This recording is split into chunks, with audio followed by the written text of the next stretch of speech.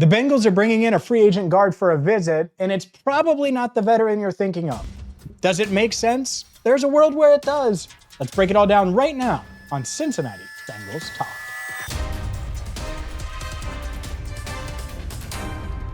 Hi again, everyone, and welcome in to CBT. I'm James Rapien of BengalsTalk.com. Hit that subscribe button, ring the bell, and join 54,000 Bengals fans. Let's get to 60,000 before the draft, or right at the draft. Let's pick this up. Do me a favor. Let a Bengals fan know about Cincinnati Bengals Talk today in your life, and also let them know that we're on Apple, that we're on Spotify, that we're on Amazon Podcast, so you can take us with you on the go. I get it. You want to listen in the car, not watch in the car?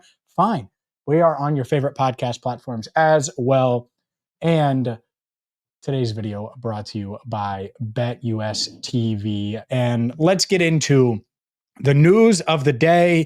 And it's that the Bengals, they're definitely in on a guard. And it's Lucas Patrick, the 31-year-old veteran, a former Saint, Packer, and Bear. And he was he signed with the Packers as an undrafted free agent, spent 5 seasons there, 2 seasons with the Bears, and then with the Saints last season. And he's someone, and I'm pulling up different things about him as we go here, but played for Duke, tested in the 93rd percentile from a relative athletic score, so all the pre-draft testing. So he's an athletic player, started 10 games for the Saints last year. And so let's start with the good. The good is you're talking about a guy who has a ton of NFL snaps. He's played in a ton of games, big moments, big playoff games. And you look at his just offensive snap counts, over 4,000 career regular season snaps on offense. And that's valuable. He has the ability to play guard or center, so all 3 interior offensive line spots. And he's someone that's, like I said, experienced. And if you want to look at the Pro Football Focus numbers, he had a 64.6 overall grade last year, which was the second best of his career. He had 893 pass blocking snaps over the past 2 seasons with the Bears and Saints respectively. And he played for the Saints last year at 10 starts. Hasn't allowed a sack over that span. And 3 quarterback hits given up, only 3 quarterback hits. So those are the good numbers. The downside is Lucas Patrick probably isn't a starter on a good offensive line. And the Bengals offensive line should want to get good, should want to improve. And so that's where I look at this and I say, all right, well, there are scenarios where it makes sense, and I'm going to get to those, I promise. But if this is the Bengals' plan at starting guard, is to bring in Lucas Patrick, and I do think that this gets done. We'll see. But I do think that it gets done. No, I'm not reporting that, but I just think the general feel around it, he's coming in for a visit to get signed. And that's what you do at this stage of free agency. It's certainly different.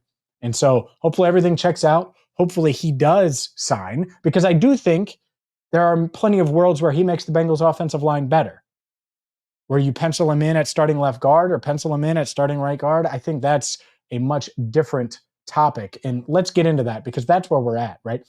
You have no problem with the Bengals bringing in a depth veteran that's proven, that has over 4,000 snaps, that is a pretty quality pass blocker, high-end athlete, but isn't someone that you would say should start, at least on paper, going into the season.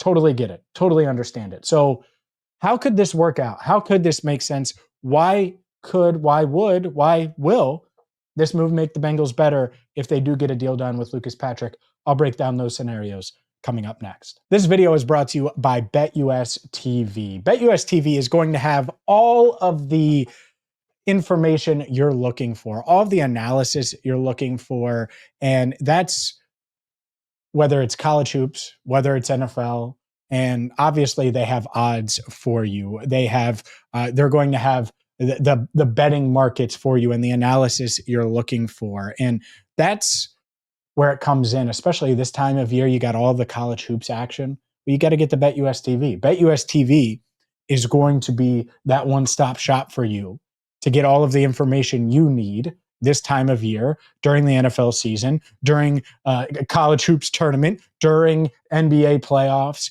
you name it, during baseball season, which is almost here. So don't delay. Get to BetUS TV. today.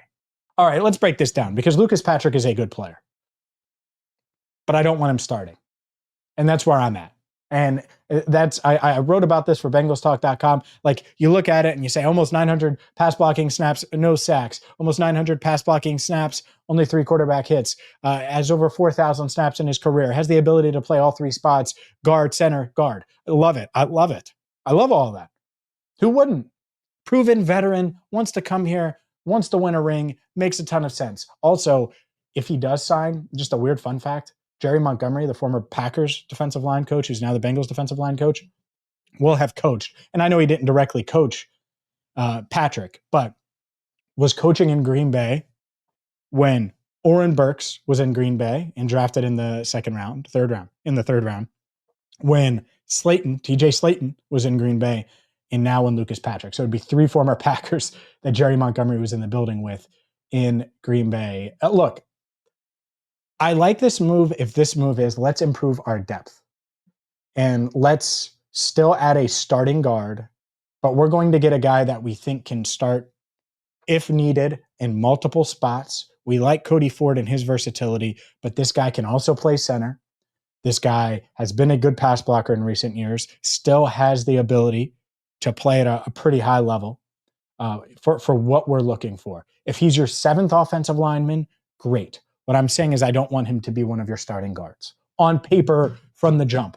Injuries happen. So like if the bar is here, and this is what you're looking for from a Bengals starting guard, and by the way, for those listening, my hand's pretty high here. It's near the top of my head on the video. And it drops the moment there's an injury.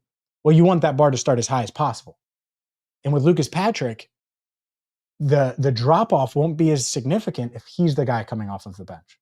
So if they sign him, I will like the signing if that doesn't take them out of the Brandon Scherff sweepstakes, or they're still in on Tevin Jenkins, or they still plan on getting a Shaq Mason, or they still plan on getting a proven veteran that can come in and start day one. And then you have a guy like Lucas Patrick who is going to bring the floor, raise the floor of your offensive line room. Love that idea. Love it a lot. And so that's what I would suggest. I was talking to Joe Goodberry, we were exchanging texts about this, and it's like, yeah, well, maybe this leads to a guard addition at some point, and then you go get a Jedrick Wills as your swing tackle, and then you have Cody Ford on the interior, and you have Lucas Patrick, and you have Brandon Scherff, and then you have Jedrick Wills, and you feel really good now about the depth there, but you're only dressing 8, and so the versatility matters. I also wonder if an addition like this could spell the end for a guy like Cordell Volson, $3.5 million cap hit because of all those performance incentives. And so now if you bring in Lucas Patrick, it's like, all right, well, you have an older version, but a guy that is athletic, quality pass blocker, proven, can also play center. And you also have to wonder what it means for Matt Lee. If they're saying, hey, Matt, gain some weight here and learn guard because you're going to be competing for a roster spot. Could totally see that. And so that's what it could mean if they add him to this roster as a non-starter. If he's a guy that's coming in and like has a legitimate chance to start, and he's battling Cody Ford and Cordell Volson for a starting job, or Cody Ford and a draft pick for a starting job, that's a bit rough. That would not be my plan. And we'll see. We'll see if that's the route they go. Look, he could be awesome for this team. Maybe it happens, but the track record is the track record. And I would look at, if you just look at his PFF data, he has 2 years where he was 64 or better. Most of those years of his career, he was in the 50s, the 40s. The point is I think he's a solid player, but you don't put solid players into starting roles when they should just be solid players. Like that would be my concern with Oren Burks. Like, I think Oren Burks is a solid linebacker. And as a 3, you feel really good about that. Is he ready to be a 2? I'm not sure. Now, I'm not worried as much about linebacker as I am guard, because protecting Joe is more important than linebacker, right? The starting guards are more important than any linebacker on the team. That's just what it is when you have Joe Burrow as your quarterback.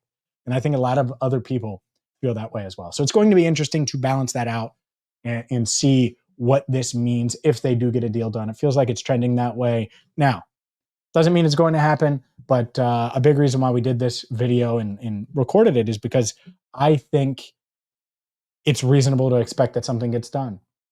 And if this is a guard that's coming in and competing for a roster spot and is going to be your seventh guy, your second guy off the bench, or your first guy off the bench, fine, that's great. Can't be your starter. And there's a big difference there. Hopefully the Bengals see that. This video is brought to you by BetUS TV. That's going to do it for today. Enjoy March Madness. Enjoy all of the chaos that is college basketball this time of year. And we're going to have you covered when the Bengals make moves. Maybe not if they sign Lucas Patrick, since we already broke all that down. But anything else, we obviously are going to have you covered. Please ring the bell. Hit that subscribe button on YouTube. Check us out wherever you get your podcasts. And for Andrew Fox Miller, I'm James Rapien. Thank you so much for watching and listening to Cincinnati Bengals Talk.